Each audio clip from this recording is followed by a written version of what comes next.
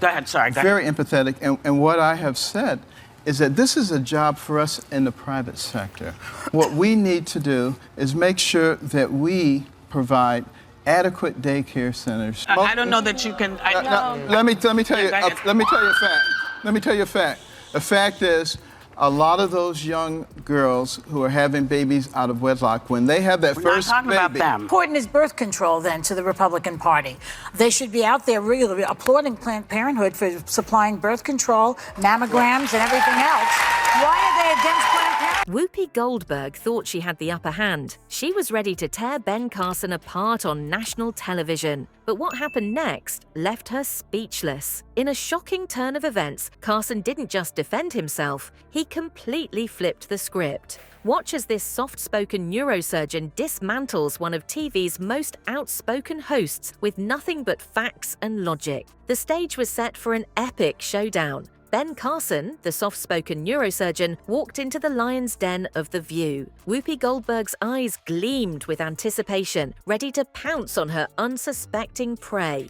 As Carson settled into his seat, you could feel the tension in the air. Whoopi wasted no time, launching her first attack with the precision of a seasoned predator. "Dr. Carson," she began, her voice dripping with skepticism. "How can you possibly support Donald Trump given his controversial history?" Are you against birth control, too? I don't speak for the Republican Party. I speak for me. Okay, for yourself. Are you against birth control also? No, I'm not. Okay. All right. And so I guess you believe in daycare centers and maternity leave and food stamps. I've heard that so many times. You've heard it too. It's a bunch of crap. And what I really actually want to do is provide people with a mechanism for coming out of a state of dependency and climbing the ladder and becoming part of the fabric of America. Because I get sick and tired of people, particularly progressives, saying Carson grew up poor, he must have benefited from government programs, and now he wants to withdraw all the programs. The audience held its collective breath.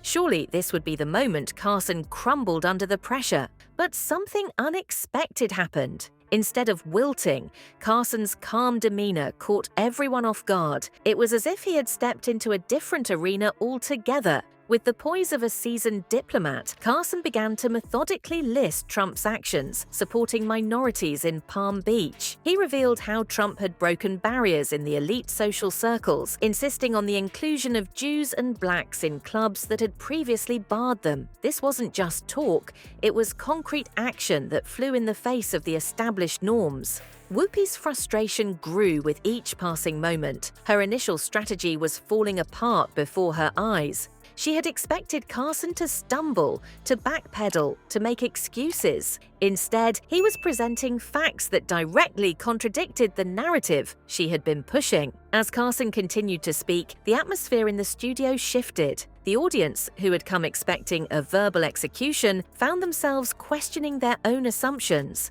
The hosts, usually so quick with their rebuttals, were left scrambling for a response. By the time Carson finished his first round of responses, it was clear that he had emerged unscathed. The ambush had failed spectacularly. Actually, I'm going to let everybody else ask their questions. It takes me to Obamacare, because you said it's the worst thing that has happened in this nation since slavery. How is it slavery and over 9 million people have it? With this particular act, the government comes along and says, don't care what you people think. This is what we're doing. We're cramming it down your throat, and if you don't like it, too bad. Getting into the war. Because this is supposed to be a country that is of, for, and by the people. The government is supposed to be there to facilitate life, liberty, and the pursuit of happiness. The people are supposed to be at the pinnacle. The government works for us. It's not the other way around. And we need to restore that. Okay. That's very important. All right. Whoopi and her co-host exchanged glances, silently acknowledging that they needed a new approach. This wasn't going to be the easy takedown they had anticipated. As the show cut to a commercial break, you could almost see the gears turning in the hosts' heads. They were regrouping, preparing for a more aggressive approach. But Carson had shown his mettle. He had faced down one of TV's most formidable interviewers and come out on top. The battle was far from over, but the first round had gone decisively to the outsider. Just when Carson thought he'd weathered the storm, a new threat emerged. Sonny Hostin stepped into the ring, armed with damning evidence from Trump's past. The audience held its breath, sensing a pivotal moment. could Carson defend against this fresh assault, or would his composure finally crack? Hostin didn't pull any punches. She laid out Trump's legal troubles from the 1970s, presenting evidence of racial discrimination in his properties. The studio buzzed with tension as all eyes turned to Carson. This was it, the knockout blow they'd been waiting for. But Carson didn't flinch. He acknowledged that no one's perfect, not even Trump. Then, in a move that left everyone stunned, he shifted the focus to the bigger picture. Carson painted Trump as a necessary disruptor, a wild card who doesn't play by the establishment's rules. Trump's a serious threat to the self-serving elite, Carson declared. They're more focused on clinging to power than actually serving the public. The hosts exchanged uneasy glances. This wasn't going according to plan at all. Carson was just getting started. He launched into a passionate speech about breaking the cycle of dependency created by ineffective policies from both parties. Trump's approach is about creating opportunities, not handouts, he insisted. Decades of bad policies have left too many people reliant on government aid. That's not self-sufficiency, that's a trap. The hosts were visibly flustered by Carson's unshakable composure. They'd thrown everything they had at him, and he was still standing tall. But Carson wasn't done yet. He delivered a final, powerful statement that left the studio in stunned silence. "This isn't just about supporting Trump," Carson said, his voice filled with conviction. "It's about standing behind a vision to challenge the entrenched political elite and bring America back to its foundational principles. We have to save this nation."